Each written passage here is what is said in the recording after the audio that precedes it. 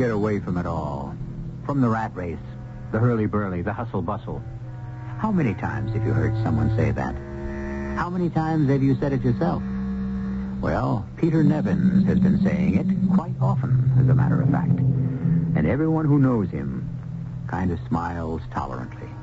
Peter Nevins, a brilliant young physician with a fantastically promising career, Peter is going to cast this all aside for the life of a country doctor. You actually seriously intend to resign? That's what it says on the paper. Yeah, but why? Because I've had it. Had what? The rat race. I'm fed up with it. I want to live. Live? I want to breathe clean, pure air. I want to know the woods and the mountains. That's nonsense. Dr. Stern, I respect your ability as a man of medicine, Now, but... come off it. You made your choice long ago. What choice? You could have chosen something easy, pleasant, but you didn't. You chose medicine. You mean doctors don't have a right to live? Why are we indulging in this nonsense? You're a very special doctor, and you know it. I don't know anything of the kind. Why are you angry? I don't like it here. Here? In the hospital? The city here, the hopeless, helpless mess that life has become. But here's where you're needed. This can't be you talking. You know the level I'm talking about. You get something more than a headache or a bellyache, and you have to send that patient into a clinic for sophisticated treatment. What are you going to do out there, anyhow? Fish. Take pictures. Write poetry. Why didn't you say so in the first place? Nobody ever listens to me. I've been saying it all along. Oh, look, Doctor, I like the work here, but I just can't stand the life. The life? I think you should see George Harris. I don't need a psychiatrist. Everybody needs a psychiatrist. Take the word city itself. The Greeks have a word for it, polis. We live in a metropolis, which means the mother city. The word police, it literally means the force of the city, you see? No. Politics, the affairs of the city. What does all this nonsense have to do with medicine? Everything. Because this is what life here is all about. Here we express our lives in rituals. We live by artificial rules. Aren't all rules artificial? People who live close to the soil, to nature, to the elements find greater and more genuine rewards in life. Oh, you think so? Dr. Stern, my mind is made up. Well, come to dinner tonight. It's probably the last decent meal you'll ever have. That's exactly what I mean. This chauvinism of yours, this belief that once you leave the city behind you, all you encounter is barbarism. Where exactly is this place where you intend to vegetate for the rest of your life? It is high in the mountains. It's 50 miles from anything that could be called a town. I give you 6 months.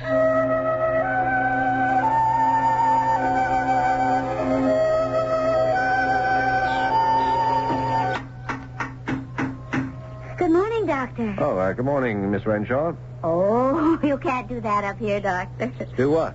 Call people by their last name. Well, I don't know your first name. It's Carolyn. Oh, mine's Peter. Oh, no, we have to call you Doctor. Why? Oh, I suppose it's one of the rules. That's funny. I just had a talk with a man before I left, and I contended that there was less artificiality and fewer rules in the country. That's not true. We have more rules here than anywhere else. Oh, I can't believe that. Oh, you'll find out. How'd you like my sign? Very neat. Peter Curtis Nevins, M.D. You know, that's what I always dreamed of doing. Personally hanging up my shingle. Oh, I'm sure you must have done that before. I had an office in a building made of glass and granite. My sign was inserted into place for me. You'll be the first doctor this village has ever had. You see? Already I own the distinction. I'd like to ask you a question. Go ahead. Whatever made you decide to leave a wonderful job in the big city and come here to this godforsaken place? I'm afraid I don't understand. Well, it just doesn't make sense. What doesn't make any sense? Well, the tendency is for most folks around here to move out. But you're the first within recent memory to move in. You mean people actually leave here? Oh, every chance they get. Would you leave too? I can't very well. Not anymore. Oh, I'm afraid I don't understand. It's 8 o'clock. I'll be late for classes. Oh, that's right. I remember now. You're a school teacher. Doctor, I am the school teacher.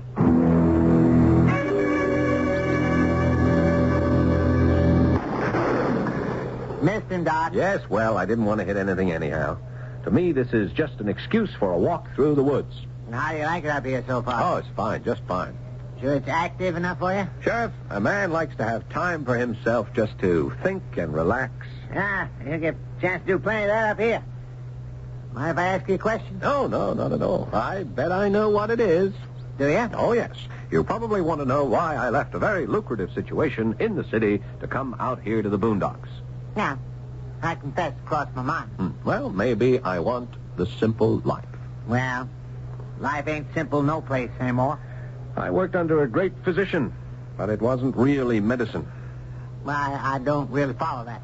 You see, Sheriff, one treated people, and one could cure the illness, but not the disease. Now I'm lost. The illness, in most cases, is a particular bug. So you kill that with a drug, or you cut away whatever that bug has infected or destroyed. But the disease itself remains because it was created by society. Yeah, well, what disease is this? Look, what good is it to tell people that a balanced diet is vital if they have neither the education to understand you nor the means to afford it? How can you tell a man he simply must keep off his feet when the only job he can get forces him to stand 8 hours a day? And that's what bothers you? It was too much, too complicated. I just felt my life was slipping away. It'll slip away from you here, too, Doc. Yes, but not so fast. Oh, by the way, you got yourself a new job. You're the health officer. Health officer? Well, we got to have one. We've been using doctors from over at Selwyn's Corners in Centerville. But now that we got one of our own, might as well throw the business his way. Oh, what business? Well, the pay ain't much, but then the job ain't much either. Let's see, got to inspect Ed's Market and Shorty's Diner. That's all the food places we got. And the bottling plant. Well, that doesn't sound very arduous. Well, you just know Ed and Shorty run clean places. As for the plant, you won't find more modern machinery anyplace. What about the plant, Sheriff? Well, it's the lifeblood of this little town. That's where the famous Elixir of Death comes from. Well, I'm ashamed to say I've never heard of it. You better get with it, Doc. That's your part of this town. It's your bread and butter, too. It's a gourmet water. A what? It's the only way I can describe it. Comes up out of the spring. It's on town property. The town owns the bottling plant. And since you're a taxpayer here now, you got a piece of it, too. Oh, and it's one of these spring waters that's sold for people to drink, huh? Now, only if you're rich. Oh. I mean, that's an expensive bottle, Doc. Oh, right. Mostly it's not for drinking. Well, if you don't drink it... No, it's used for cooking, for mixing drinks. You're kidding. Well, between you and me, it's a snob thing. Then you got these great gourmet cooks, and you say to them you can ruin all them expensive items in that recipe with ordinary tap water. And this bottling plant sustains the economy of the village, huh? This plant nourishes every one of us, Doc. Huh. Well, what kind of water is it, Sheriff? You want the truth? To me, it tastes the same as any other kind. Well, I'd like to try it. Now that you got yourself this new job and you're making extra money, Huh? you can afford to buy yourself some.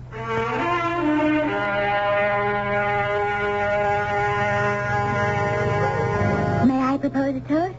Oh, of course. To a successful and happy practice in our fair little village. Well, I'll drink to that.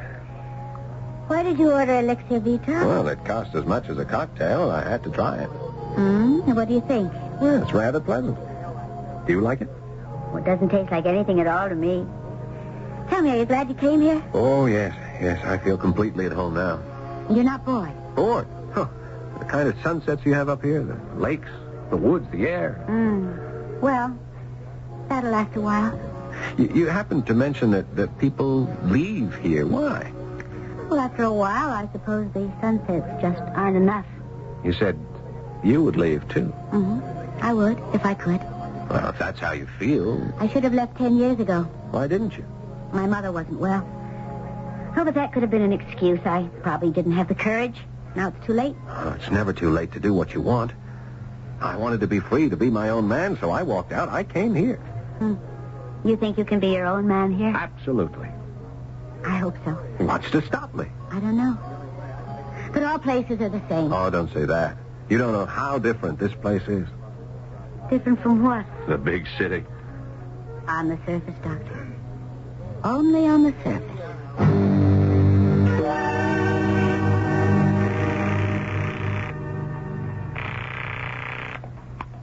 Dr. Stern. Dr. Stern.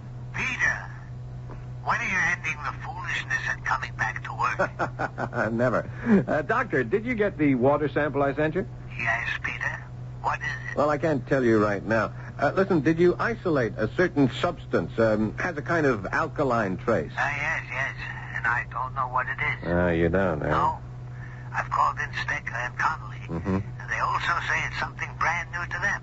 It defies analysis. Yeah, I couldn't break it down myself, which is why I sent it to you. Of what is this a sample? Oh, it's just some water.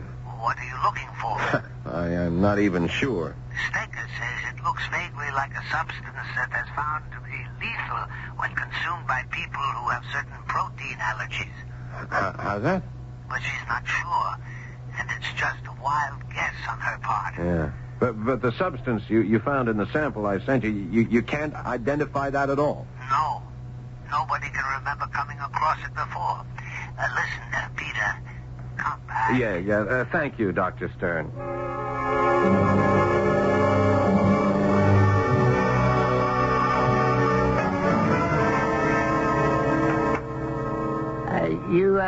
You want to see me, Doc? Oh, yes, come in, please, Sheriff. Okay. Sheriff, as health officer of this village, I am health officer, am I not? Oh, yes, Doctor. That was made official last week by the Board of Selectmen. Yeah. Well, I may be compelled to make an official decision. You mean you found something out of line? I may have. The bottling plant, I'm talking about Elixir Vita. Oh, no. No, you can't be. Yes, Sheriff. We may have to close it down.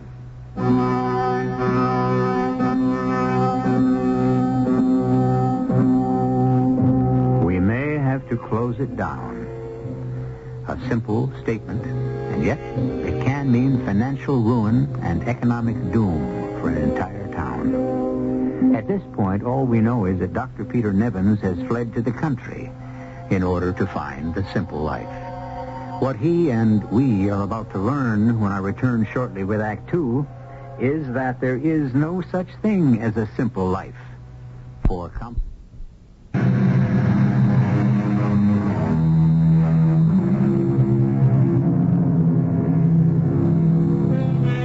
Elixir Vita, the elixir, the essence of life. It is supposed to be a delicious aid to the true gourmet, and it is the economic mainstay of an entire town. Is this happy equilibrium about to be upset? And by a man who has always been extremely reluctant to make waves? It appears to be true.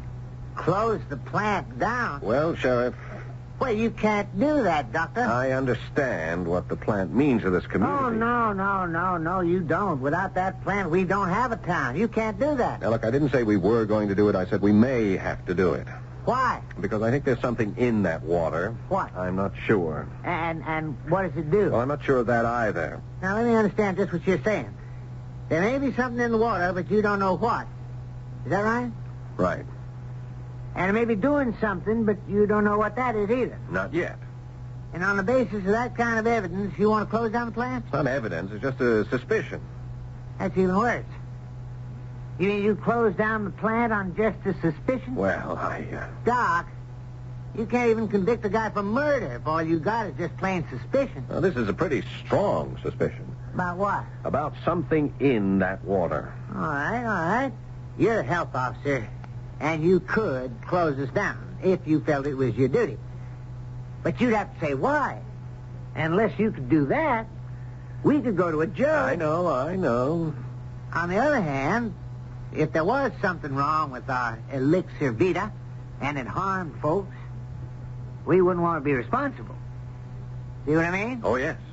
I see what you mean.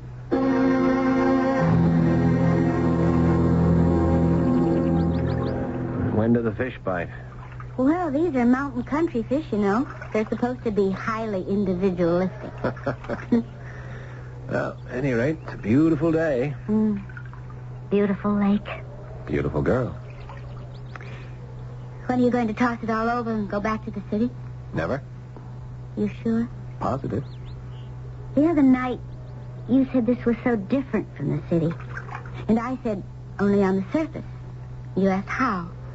And I said you'd find out. And I remember I didn't agree with you at all. You also said, in the city you couldn't be your own man.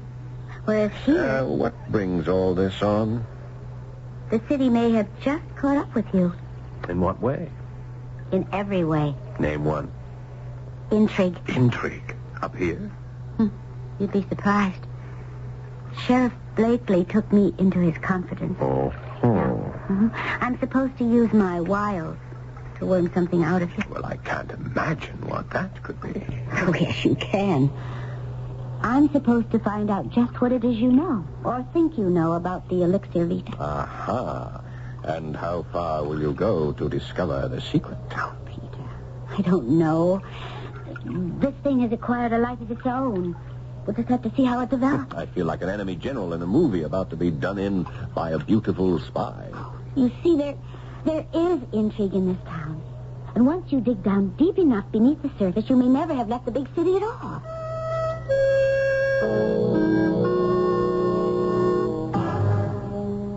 Peter. Oh, hello, come in. When I heard it was you, I couldn't believe it. Morning, Dr. Stern. How did you ever manage to tear yourself away from your busy practice? That is a low blow. And unworthy as well. Forgive me. Has Stecker done the lab work I asked for? Yes. And you must allow me this one little I told you so. Oh, what's that? I told you that if ever you needed anything the least bit sophisticated, you'd have to come running back to civilization. A tiny correction. I'd have to come running back here because civilization is where I am now. I figured it out, Peter. You figured what out? The whole thing. Do you know the answer to what you're doing? You're afraid. Oh, what am I afraid of? Medicine. I love medicine. Maybe I should say the human aspect of it. But medicine is concerned with humanity. Yes. And it's also practiced by human beings. And some of those human beings had started to scare you. I don't follow this. You were a bright young man, Peter, the brightest in your class. You showed the most promise. Well, maybe you feel you haven't lived up to that promise. I never thought about it one way or another. A few years have gone by. You see other bright young men coming up. You're afraid of them. Oh, that's not true. You're afraid to compete. That's why you create this fantasy about the country, the purity of the simple life. Well, maybe I just love to fish, the way you love gourmet cooking. Yes, I'm a gourmet cook, and I'm a master bridge player, but I'm a doctor. Oh, we're having this argument again. Peter, why are you afraid? Afraid of the city? Look, I came here to say hello, to take you to lunch, and to see if Stecker has got anywhere on my lab work. We've already said hello, and you can't take me to lunch because I'm preparing it here. And about Stecker and your lab work, why don't you ask her? I do not know what this is, Peter. And you can't guess? You do not come here for guesses.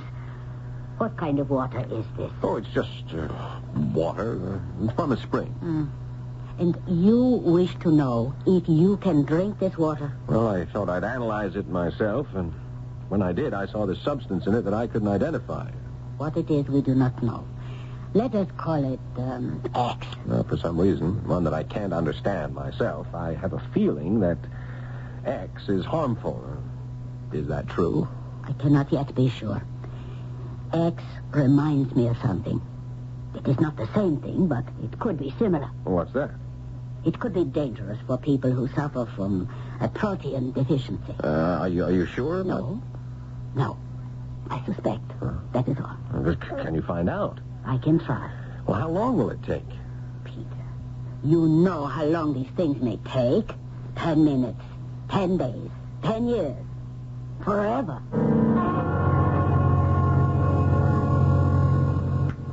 Have some more of this wine. No, thanks, Doctor. I'm really in a hurry to get back. You see how the roles have been reversed. I, the busy city doctor, am relaxed. You, the calm country doctor, are nervous and impatient. I'd like you to understand one thing, Doctor. I am happy where I am. For the first time in my life, I know what it is to live through my senses. It's very important to me, Doctor. I wish you would see it that way. What do you really want me to understand? Oh, I'm not sure. The part of medicine that frightens me. You have to tell me what that is. Well, it has nothing to do with anatomy or physiology or surgery or any of the things we study. Then what does it have to do with... I guess you could call it doctoring. I don't follow you. Well, if I'm going to say this, I may need some more of that wine after all. Okay. Doctors practice medicine. Why do we say practice? Why don't we say perform? Surely after all of our training, we're qualified, aren't we? No. We say practice because we hope to learn each time we work with the patient. Practice. Well, we never really know. Well, we're only human. If it were pure science, we'd know, wouldn't we? But we are buffeted about by other factors. What are you driving at? The decisions we have to make. Ah, yes. We are faced with difficult decisions. And have you ever asked yourself why? It's because we allow other than medical factors to influence our judgment. You can't practice medicine in a vacuum, Peter. Is that what you're beginning to find out there in Utopia? Thanks for the lunch, Doc. And the wine. Ah, Peter, you belong in the city. Don't try to fight it. Whatever it is you've got in your system right now, get rid of it and come back home. My home is up there. I hope. What do you hope? I hope it doesn't destroy you. Well, how does it feel to be a hero? I never thought about it one way or the other. Look, why don't we step outside for a breath of fresh air? As they say, you're the doctor. Nice of you folks to give me a party.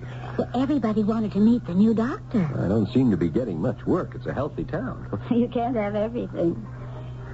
Carolyn, why did you stay? Remember I told you it just worked out that way? Oh, yes. Well, I'm glad you did. Why? Because I think I may have fallen in love with you. Well, that should make my job easier. What job? My, Mata Hari thing. You know, most folks here don't know about that conversation you had with the sheriff about the water. Oh, you know, the Elixir Vita. But the few of us who do are scared stiff. I know. But But what? as a doctor, I feel I really have no choice. No choice. Oh, Peter, tell me what you're saying. My decision simply has to be to close down the plant. But do you realize that if you close down the plant, you destroy the entire town? I know. I've taken all the facts into consideration. But the right thing to do is to close the plant.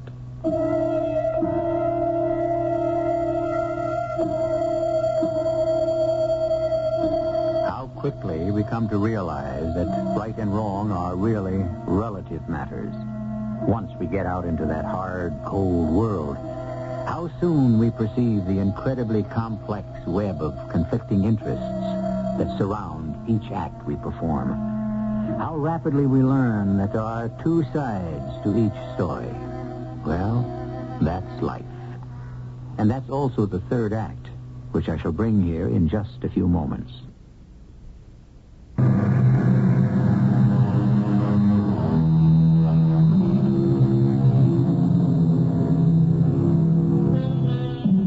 As one of the world's greatest realists once said, you can't make an omelet without breaking eggs. And we have here a Dr. Nevins who, figuratively, is going to break some eggs, simply because it's a matter of duty. The problem is, he's talking to one of the eggs right now. You're going to close down our bottling plant? Why? Because I suspect something harmful in the elixir. What? I don't know yet. Well, if you can't be sure, why should you close the plant? It's possible that there could be danger. And also possible that there isn't any. Yes. And so, until we find out... You order the place shut down. Look, it's entirely possible that these suspicions I have are unfounded. And then the plant can open up again. The plant can never open up again. Why not? Once it receives a clean bill of health. The damage will have been done. People will never have confidence in it again. Carolyn, I understand. No, you don't understand. This town will be wiped out. My mother and my father, they're old, and everything they own is tied up in that elixir. Well, there isn't a family in this town that... The right thing to do... Right thing to do for whom? I wish... Oh, I wish I really knew what to do. Oh, Peter. Are you happy here? Yes. But you want to stay? Of course. Well, you won't be able to if you close the plant. That should be obvious. I know. Everybody in this town will shun you as if you were a leper. Because I told the truth. And you? Me? Will you also shun me? Yes, I think so. I told you I loved you. Yes, I know. And the reason I told you, I was very sure. I just knew you felt the same way about me. Do you? Yes. And you would still side against me. Yes. But I don't want to be in love with a fanatic, a zealot. Is that how you see me? Oh, that's what you'll be. Oh, Carolyn. We've been bottling Elixir Vita for 80 years. There's never been any kind of suspicion about it whatsoever. But that doesn't mean to say... Peter, there's such a thing as simple justice. You're innocent until you're proven guilty. Give Elixir a chance.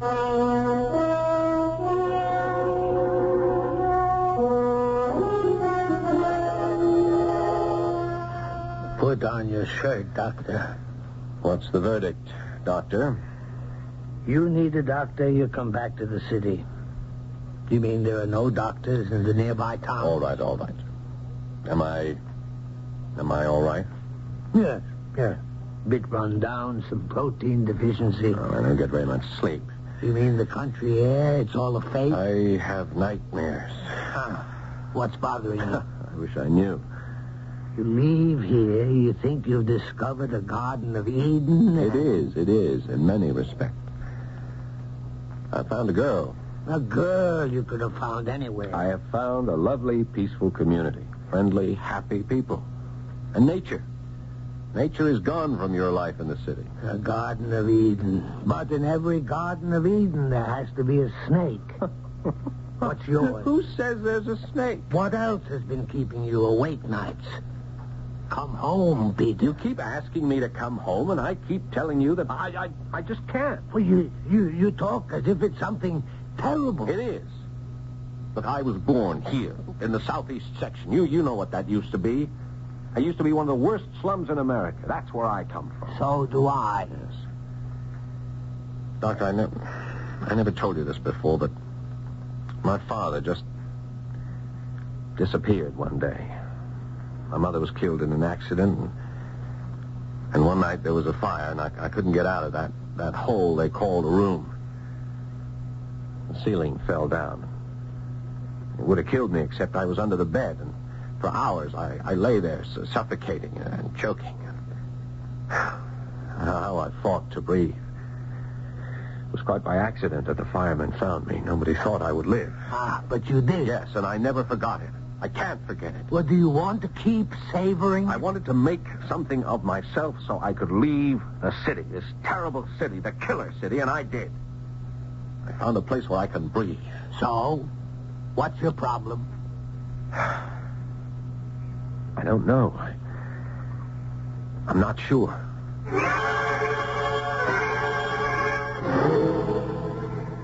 I have done the studies, Peter, and this thing we call X... You know what it is, Dr. Stacker? No. But I know what it does. Yes? It can be harmful to people who suffer from protein deficiency. How harmful? That would depend on the individual. Uh-huh. You know that, Peter. Yeah. It could result in mild discomfort for some, to acute symptoms, and in rare cases, even death. Then there is a danger in this water. For the most part, a remote danger. But it cannot be disregarded.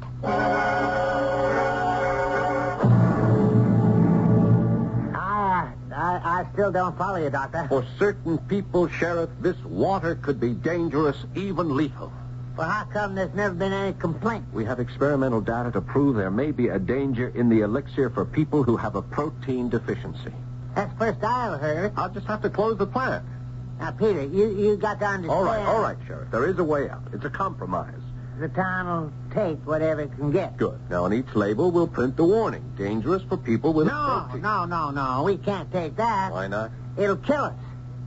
You put something like that on the label, and who's going to buy it? Now, why can't we wait till we're sure? Now, just take a few days, Peter, and think about it. Think about it.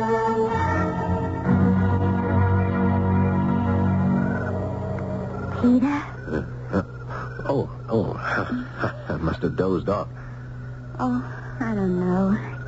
You suggest a ride. I agree. You suggest we park. It's all right with me. And then you just fall asleep. I must really be exciting company. No, it's not that. Just a little bit out of sorts, I guess. You know, that must have been a harrowing experience. What was? Fire. Fire? When you were a boy. How did you know about that? You talk in your sleep. I wouldn't make that admission in public. After all, I'm not supposed to find that out till after we're married. You called for help. You couldn't breathe. You were terrified. Yes. And you kept saying the word city. City. The city.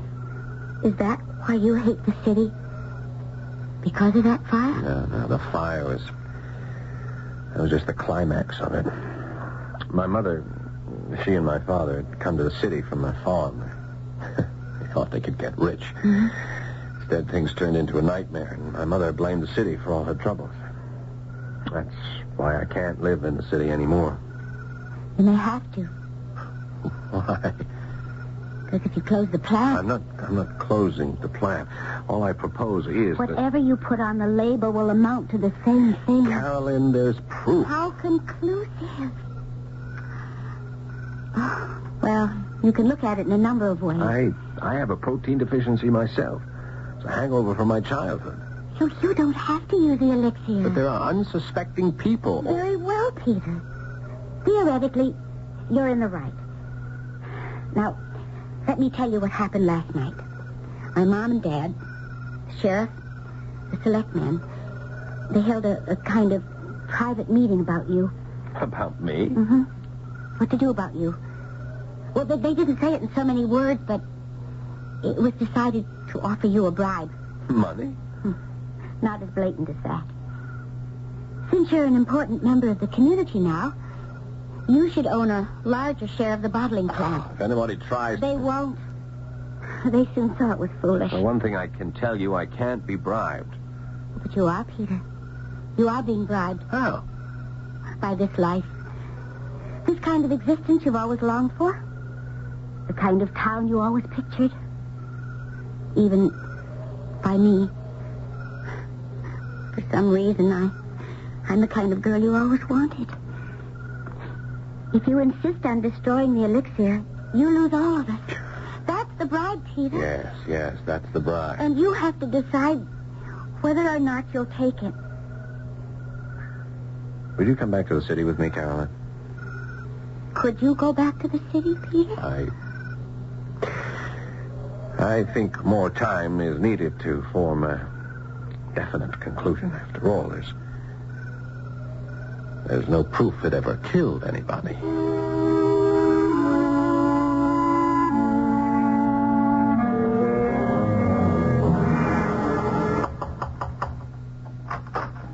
Oh, Peter, darling, hello. You're early. Dinner isn't quite ready.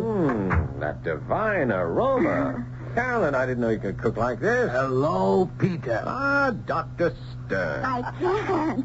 Dr. Stern decided to come up early for the wedding, and he insisted on preparing dinner. Oh, he's a genius. I always really wanted to be a chef. Peter, you're not looking well. I'll stay a couple of days and see that you eat properly.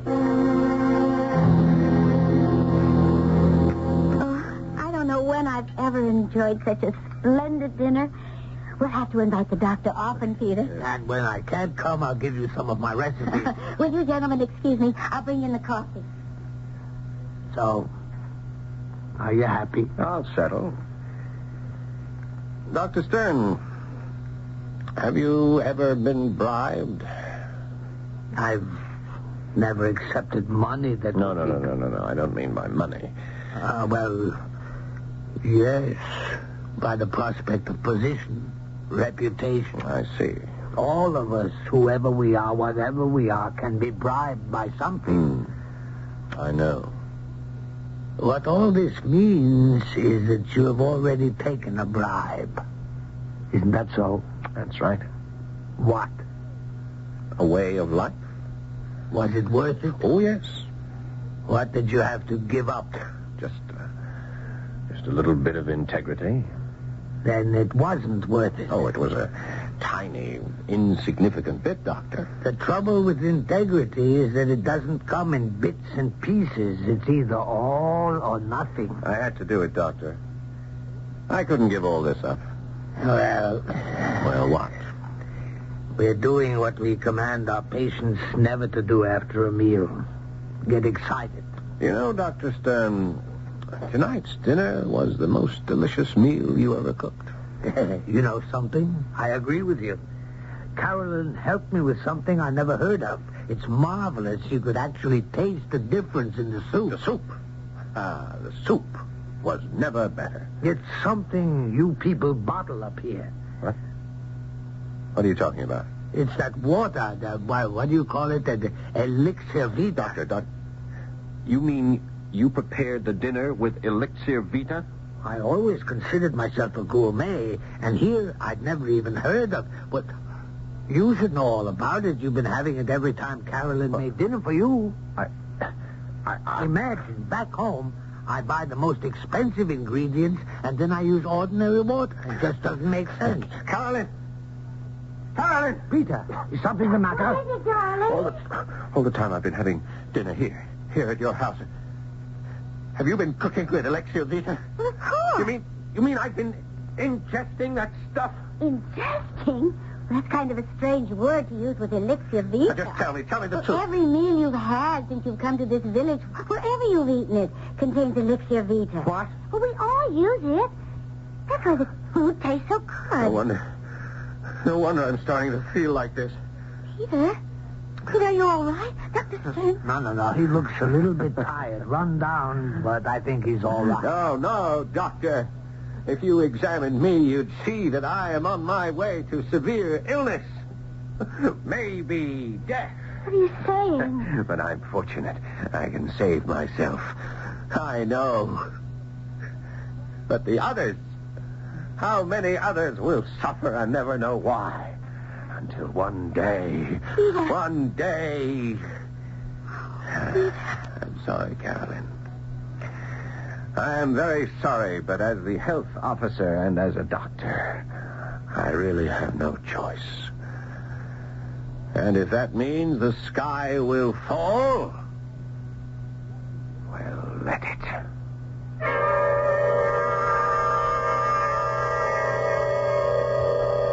And when you look at a bottle of Elixir Vita, you might notice a warning sentence on the label. Should not be consumed by persons with protein deficiency. And you know something? The sky didn't fall. Things went on as usual. Peter married Carolyn, and everybody's happy. This story was designed especially for those of you who complain we don't have enough happy endings. I'll have other happy tidings in just a few moments.